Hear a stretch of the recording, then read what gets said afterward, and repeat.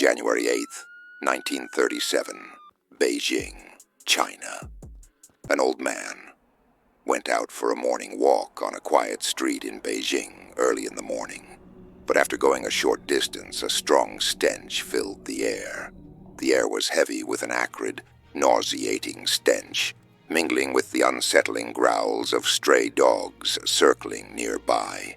Drawn by their frantic agitation, the man hesitated, his curiosity battling a growing sense of dread.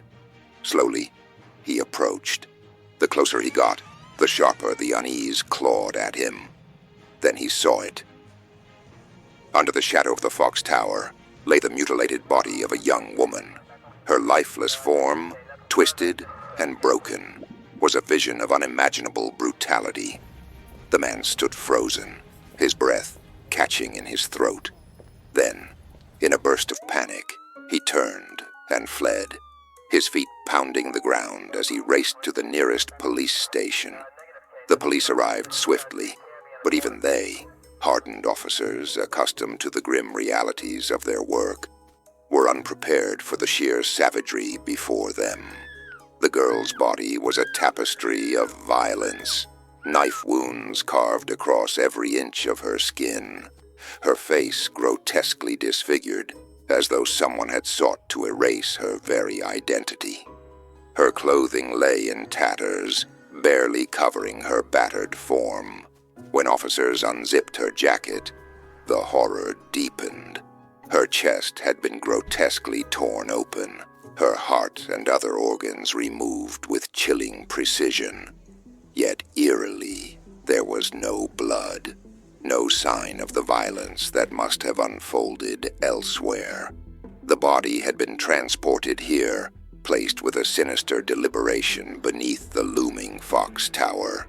As investigators stood in stunned silence, a crowd began to gather, whispers growing louder with every passing moment. From the throng, a man stumbled forward, his face ashen, his steps faltering as he approached the body. Then he fell to his knees, his anguished cries tearing through the air. The man was Edward Werner, the young woman's adoptive father. His grief was raw, visceral, as he clutched her lifeless body and sobbed uncontrollably. Through his tears, he revealed that Pamela had vanished the night before. The murder was a riddle, shrouded in terror. Who could commit such a heinous act? What motive could drive someone to such inhuman savagery? And why leave her body here, beneath the tower, as if staging a macabre display? As the investigation began, the city of Beijing held its breath. Fear rippled through its streets, and the name Pamela Werner became a haunting symbol of unanswered questions and unfathomable cruelty. I searched for her all night, desperate to find her. Edward began, his voice trembling with grief, but there was no sign of her. Then this morning I heard the news. A girl's body had been discovered. I rushed to see if it was her. The moment I laid eyes on her, my heart shattered. It was my Pamela, my daughter. Edward's words carried the weight of a shattered soul as he recounted his story. He spoke of the life he had built in China, a life filled with love, a devoted wife, and dreams of a perfect family. But fate had other plans. Edward learned his wife could never have children, a revelation that left them heartbroken. Yet together, they made a profound choice: to adopt. Their search led them to a small orphanage, where a little girl with bright, curious eyes immediately captured their hearts. She was perfect. They named her Pamela Werner, and from the moment she joined their family, she became their everything. She wasn't just an adopted child, Edward said, his voice breaking. She was my daughter, my pride, my joy, my reason to wake up every day. For years, their lives were filled with happiness. But tragedy struck again when Pamela was just 5 years old. Edward's wife passed away, leaving him to raise their little girl alone.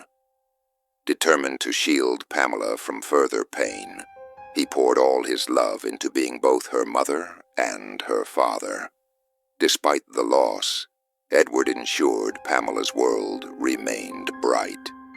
As a wealthy man deeply involved in politics, he gave her every opportunity to thrive. Pamela grew into a spirited young woman, kind-hearted, independent, and fiercely determined. She was known for her radiant smile and a generosity that touched everyone who knew her. On January 7th, 1937, Pamela spent the day ice skating with two close friends. They laughed, skated, and shared stories, losing track of time until the sky grew dark and the winter air turned bitterly cold. As they packed up to leave, her friends hesitated. "It's freezing out there," one of them said, concern in their voice. "Aren't you scared to ride home alone?" Pamela simply smiled, her confidence unwavering. "Fear isn't something I was raised with," she replied with a glimmer of pride. "My father taught me to be strong. I'll be home before you know it." With that, she picked up her bicycle and disappeared into the night, her figure fading into the shadows. It was the last time anyone saw Pamela alive. Back at home, Edward sat on the sofa, glancing nervously at the clock. It was 8 p.m., and Pamela still hadn't returned. Minutes turned to hours, and his worry deepened. By midnight, dread had taken hold. Where was she? What had happened to his beloved daughter? Unbeknownst to Edward, a nightmare was unfolding, one that would change his life forever. The night was growing darker, and Pamela still hadn't returned home. Panic began to set in as Edward's concern deepened. Desperate, he called for his servant and urgently asked him to check the ice skating rink where Pamela had been earlier. Hours dragged on, and when the servant finally returned, he brought disturbing news. Neither Pamela nor her friends were there, and no one had seen them on the way. With his fear escalating, Edward grabbed his flashlight, his hands shaking, and rushed into the night. He combed the streets, scanning every shadowed alley, calling out for his daughter. Time seemed to stretch endlessly. The hours dragged on, and by morning there was still no sign of her. Just as his hope began to wane, a news report caught his ear. There had been a body found near the Fox Tower. His heart froze. Could it be her? Despite his desperate hope that it wasn't, Edward knew he had to go. With a heavy heart, he pushed through the growing crowd until he saw the lifeless form of a young woman. Her body was covered, but the golden hair, it was unmistakable. In that moment, Edward's worst fear was confirmed. The body was Pamela's. The police began their investigation, and what they uncovered only deepened the horror. Pamela's skull had been crushed by a heavy object, a brutal sign of her final moments. After her death, her shoulders had been broken, and her body mutilated with precision. The autopsy revealed that a 10-centimeter sword had been used to slice her open. The meticulous nature of the dissection led the police to believe that the killer had some form of surgical knowledge. Whispers began to spread through the neighborhood, rumors and accusations swirling around Edward. His intelligence, his academic success, these became twisted in the minds of others into signs of something darker. His inability to control his temper was cited as evidence of a man capable of such violence. But when Edward saw his daughter's body, his reaction was anything but calculated. His grief was raw, visceral, an anguish that could not be faked. The police, initially swayed by the accusations, saw his genuine sorrow. After searching his home, They found no evidence connecting him to the crime, and Edward was cleared of suspicion. But the passage of time did nothing to soothe Edward's pain. As the investigation stalled, fading from public view, he refused to let go of his daughter's memory. His grief transformed into a relentless drive for justice. He repeatedly pressed the authorities, demanding answers that seemed to slip further away with each passing day. The police, indifferent to his cries, seemed content to let the case wither into obscurity. Unwilling to accept this, Edward took matters into his own hands. He launched his own investigation, determined to find the truth, no matter the cost. His suspicions led him to believe that the killer must be someone wealthy, someone with the means to take Pamela's expensive diamond ring, which had remained on her finger after her death, never removed. Frustrated by the lack of progress, Edward offered a generous reward for any information that would lead to the identity of his daughter's killer. He fought to have the case reopened, but his petitions were repeatedly denied. Each setback only fueled his determination. Desperate, Edward hired private detectives and increased the reward. Soon people came forward, some with tall tales, others with fragments of truth. He pored over every lead, every scrap of information, hoping for a breakthrough. And then a breakthrough came. A woman named Mary, a prostitute with a questionable reputation, stepped forward. She had information that could change everything. She revealed that, on the day of Pamela's murder in the darkest corners of the city, there was a place where fear hung in the air like a thick fog, where only the most dangerous and unsavory individuals dared to tread.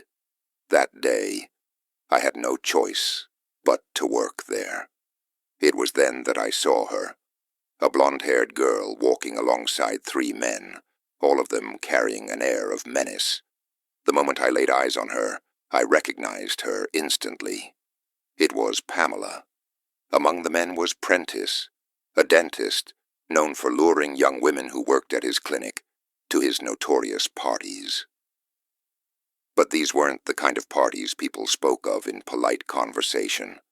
At Prentice's gatherings, he subjected the women to unspeakable horrors, coercing them into silence with threats and violence.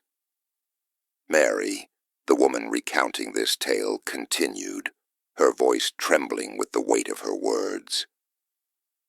I often went to Prentice's house, distracting him while he indulged his sickening desires. He had a collection of knives, all labeled for hunting, though what he truly hunted were vulnerable girls. When I saw Pamela with him that day, I knew something terrible was going to happen, but I couldn't stop it. Soon after, they took her upstairs. Then I heard 2 blood-curdling screams, screams I'll never forget. I knew it was her. Mary's face tightened as she recalled the moment. Then there was a thud, a loud crash, like someone had fallen. I knew then Pamela was dead, and I was terrified. But Mary wasn't the only one who witnessed what had transpired that night. Another woman, a prostitute who frequented the same areas, corroborated Mary's account, confirming Edward's worst fears. With this new information, Edward felt a surge of determination. He now had a lead. Prentice had killed his daughter. But a lead alone wasn't enough. He needed concrete evidence. Edward decided to visit a rickshaw driver who had been questioned by the police earlier. Though he had offered little useful information, Edward believed the driver knew more. At first, the rickshaw driver hesitated, but after some prodding, he broke down, his voice filled with dread. I saw her, the driver said, eyes wide with fear. I saw the blonde girl, Pamela. She came with 3 men. One of them was Prentice. They went inside together, and 2 hours later, the men came back out, carrying her. Her eyes were closed, her face covered, and there was blood blood dripping from her body. The rickshaw driver's voice shook as he continued. They forced me to take her body to a desolate place. They threatened me, told me if I spoke, I'd end up like her. I had no choice. I did as they asked, and left. This new evidence was the final piece of the puzzle for Edward. He was now certain Prentice had killed Pamela. The brutal reality of the dentist's predatory actions began to surface. He lured innocent girls into his parties to exploit them, and on that fateful night, he had taken Pamela's life. Prentice had claimed he was at the movies the night Pamela was murdered, but Edward's investigation had revealed the truth. No movie had been playing that evening. Prentice had lied, and now there was no escape for him. Relentless and undeterred, Edward filed yet another petition to reopen the case, his resolve stronger than ever. He would stop at nothing to ensure Pamela's murderer was brought to justice. The fight for truth and retribution had only just begun. He presented the evidence, revealing the terrifying truth. The day Pamela went to the doctor for her dental checkup, he laid his disgusting eyes on her.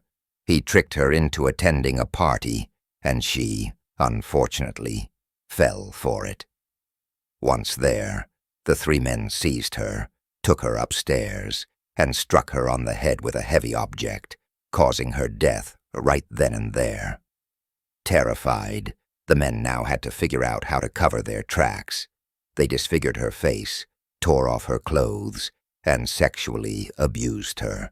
Then they discarded her body under the Fox Tower. Despite all the evidence and witnesses ready to testify, the case was never opened. The doctor had strong connections with the government, which led to Pamela's case being ignored. Edward fought relentlessly to seek justice for his daughter. He compiled a 150-page document filled with crucial evidence, and the witnesses stood by him. Yet, despite all of this, the case was never heard. It was not opened because Prentice was very powerful and had links with the government, due to which no case was being heard against Edward. His daughter never got justice, and this case is still going on today. It remains a mystery because, despite having proof, the government is not doing anything, and you people tell me what should be done with such people and such government. You people must give me your opinion about this case in the comments. And that is all for today's story. If you have come to this channel for the first time, then subscribe to the channel. If you like the video, then like and share it, and see you soon with another such interesting case.